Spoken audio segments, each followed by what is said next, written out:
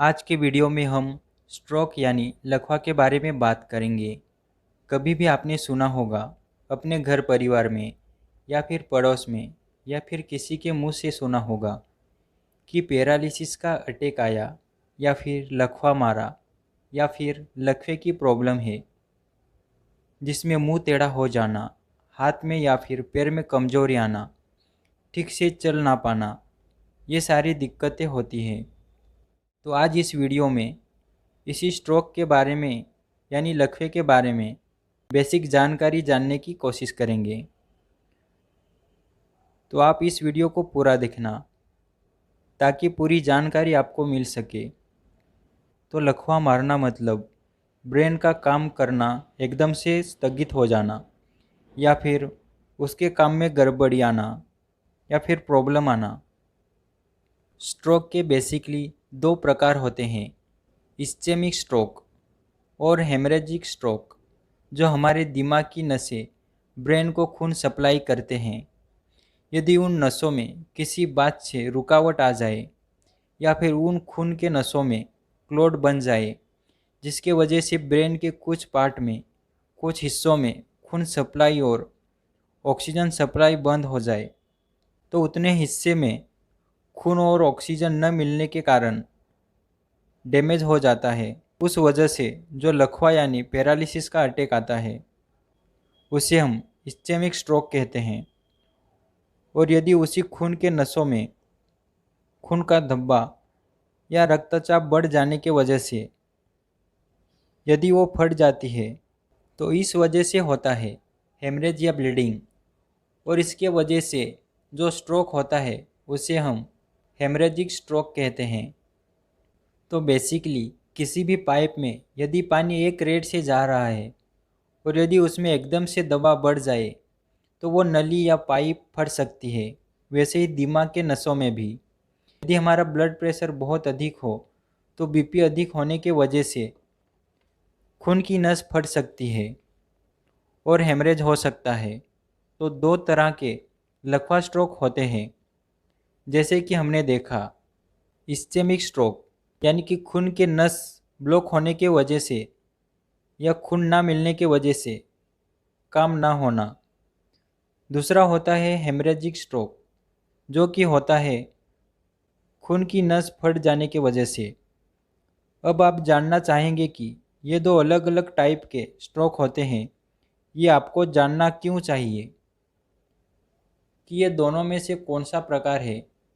तो ये इसलिए ज़रूरी है क्योंकि दोनों के ट्रीटमेंट अलग अलग तरीके से होती है। जो इस्चेमिक स्ट्रोक होता है उसमें खून पतला करने की दवाई दी जाती है लंबे समय के लिए, और जो हेमरेजिक स्ट्रोक होता है उसमें बीपी कम करके आगे और हेमरेज ना बढ़े और उस हेमरेज की वजह से जो भी ब्रेन को डैमेज है उसमें और कमी कैसे लाए, उस हिसाब से ट्रीटमेंट दिया जाता है। तो इसके लिए हमें इन दोनों में डायग्नोसिस करना ज़रूरी है। इसके वजह से पता चलेगा कि कौन सा टाइप का स्ट्रोक है। आपको या फिर आपके घर परिवार में या फिर आपके आपके रिलेटिव में स्ट्रोक का अटैक आया है, वो हम कैसे जानेंगे।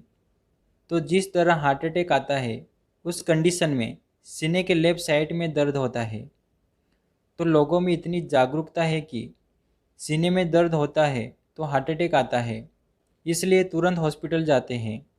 हार्ट अटैक के बारे में और भी जानकारी के लिए हमारा एक हार्ट अटैक के ऊपर वीडियो है, उसमें आपको पूरी जानकारी मिलेगी।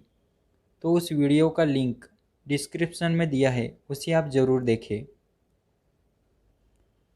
पर जब ब्रेन का अटैक आता है जिसे हम स्ट्रोक कहते हैं, इस विषय में लोगों में इतनी जागरूकता नहीं होती है।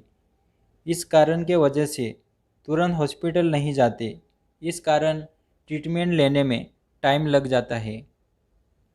तो हमें इसके लक्षण जानना बहुत ज़रूरी है कि आपको स्ट्रोक आया है तो आपको कैसे पता चलेगा।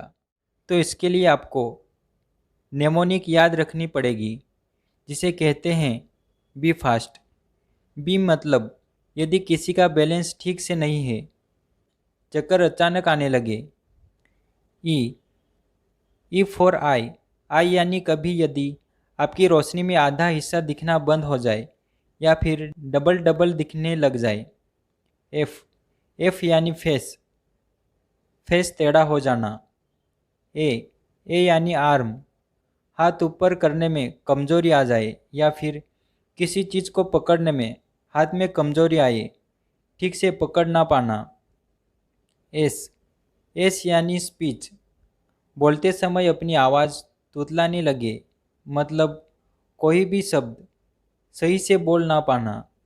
तो ये सारे लकवे के प्रारंभिक लक्षण होते हैं। यदि इस प्रकार के लक्षण आपको या फिर आपके जानकारी के लोगों में किसी को भी आते हैं तो ये इमरजेंसी है। जो मैंने आपको नोमिनिक बताया, बी फास्ट, इसका लास्ट लेटर है टी। टी यानी टाइम, टाइम मीन्स ब्रेन। एक एक सेकंड बहुत इम्पोर्टेंट होता है।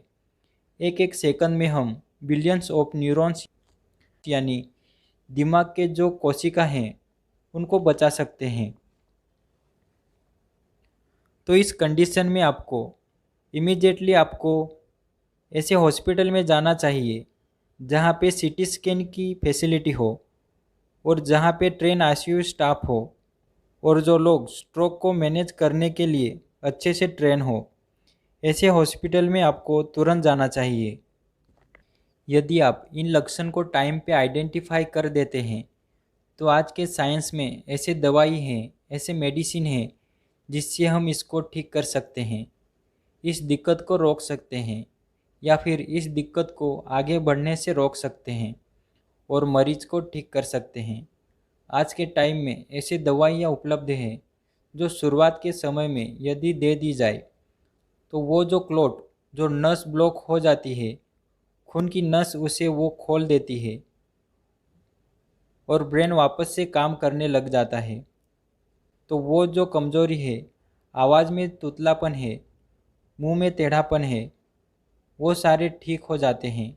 तो अगर इस प्रकार के कोई भी लक्षण पाते हैं तो आपने घबराना नहीं है और तुरंत ऐसे हॉस्पिटल में जाएं जहां न्यूरोलॉजिस्ट डॉक्टर अवेलेबल हो, क्योंकि न्यूरोलॉजिस्ट डॉक्टर दिमाग के बीमारी के लिए स्पेशलिस्ट होते हैं।